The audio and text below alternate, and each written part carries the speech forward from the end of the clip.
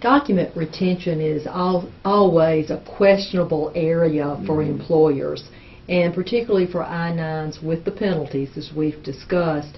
Really, what are the requirements for retention of these I-9 forms and any documentation?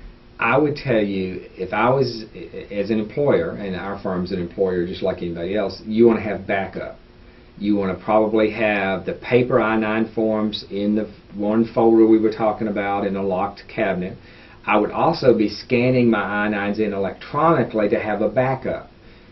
Say maybe I get an ICE officer coming for an audit, and I want to produce copies of the I-9 forms. I want to have a backup copy to make sure that I can locate them in a short time notice, especially if I've got multiple locations, and I just want to have a backup. I don't want to depend on that one file and not be able to find it. So, in fact, you are able to scan and load these in a computer. That does not violate any Privacy Act or any parts of this law. Not a bit. You do have certain requirements. Let's talk about the retention requirement. And this is kind of a nice little form to help you understand.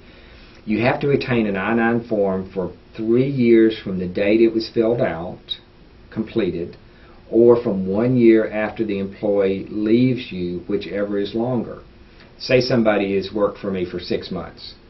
I've got to retain that I-9 form for 2 years and 6 months after they leave my employment. Say if they worked for me for 4 years, I've got to retain that I-9 for 1 year after they left my employment. Does that? It makes sense, okay. But it's just more paperwork to keep up with. That's why this form would be very valuable.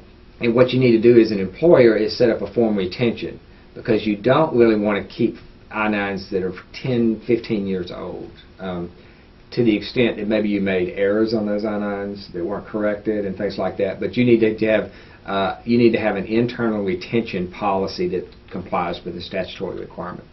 So you can retain them 3 different ways: paper retention, microfilm. I don't mean that.